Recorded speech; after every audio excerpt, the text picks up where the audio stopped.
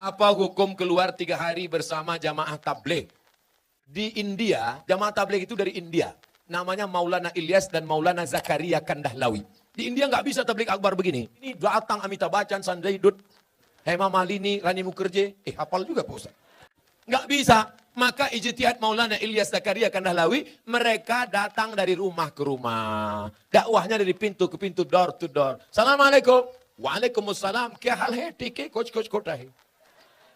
Kya hal hai artinya apa kabar? Tik artinya kabar baik. Kuch kota hai judul film. Saya pun nggak tahu apa itu.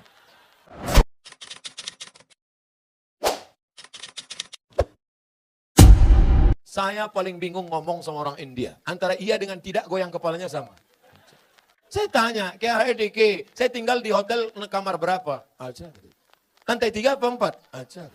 Maka ini datang dari India. Mereka ulama-ulama ahli hadis. Siapa yang kaya, punya duit banyak, kerja tidak mengikat, 3 hari datang ngajak ke pintu. Assalamualaikum, waalaikumsalam. Ayo ke masjid ya. Ayo datang pengajian ya. Mereka inilah yang berdakwah di jalan Allah. Abdul Somad ceramah ke Bontang. Kenapa? Karena diundang Pemko. Abdul Somad ceramah ke Bontang. Kenapa? Karena diundang Bada LNG atau LNG Bada. Tapi mereka yang datang rumah ke rumah, ada yang undang mereka?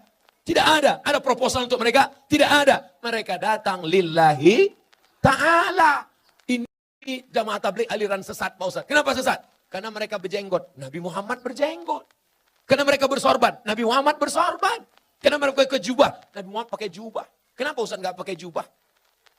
Ini orang ramai narik-narik. Kalau sempat saya pakai jubah, tanggal jubahnya.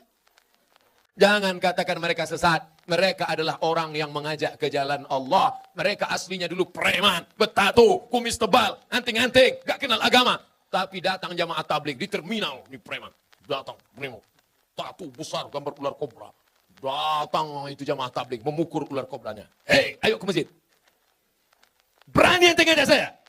Besok dia datang lagi. Lama-lama preman ini tersentuh. Datanglah dia ke masjid. Ini bukan cerita bohong. Ini bukan cerita yang diada-adakan. Seorang preman di kampung saya. Rambutnya panjang, punya meja biliar. Tidak pernah sholat. Akhirnya saya pulang dari Mesir. Dia yang jadi imam di masjid. Bismillahirrahmanirrahim. Saya heran. Siapa ini? Assalamualaikum warahmatullahi. Yang punya meja biliar. Saya tanya, abang gimana ceritanya tobat? Ustadz nggak pernah menceramahi aku nggak pernah datang ke masjid, aku nggak pernah dengar khutbah, aku nggak pernah nengok tabligh akbar. Tapi ada orang yang datang ke meja biliarku, mengajakku. Siapa itu? Inilah dia jamaah tabligh. Berapa banyak orang dapat hidayah karena mereka. Kalau engkau belum sanggup seperti mereka, jangan ejek olok-olok mereka. Ini banyak orang ejek. Apa itu? Itu jamaah kompor. Apa itu? Itu jamaah KUPJ. Apa itu KUPJ? Kelompok Ustadz panjang janggut. Oleh sebab itu maka mereka dakwahnya lembut. Assalamualaikum Pak Haji. Waalaikumsalam. Ayo ke masjid ya Pak Haji. Jangan ajak-ajak saya. Kamu belum lahir, saya sudah haji. Apakah mereka jamaah tabligh berhenti? Mereka besok ajak lagi. Assalamualaikum Pak Haji. Waalaikumsalam. Ayo ke masjid ya Pak Haji. Kan sudah kubilang kemarin. Ini kening sudah sujud 1000 kali di Masjidil Haram. Catatan amal sudah penuh. Aku tinggal masuk surga aja lagi. Tinggi sana pergi. Masjid kalian yang jelek itu nggak level ya. Hari ketiga mereka datang lagi. Assalamualaikum Pak Haji. Apa? Mau ngajak lagi? Mau ngasih tahu Pak Haji. Nanti kalau Pak Haji mati kami biarkan ya.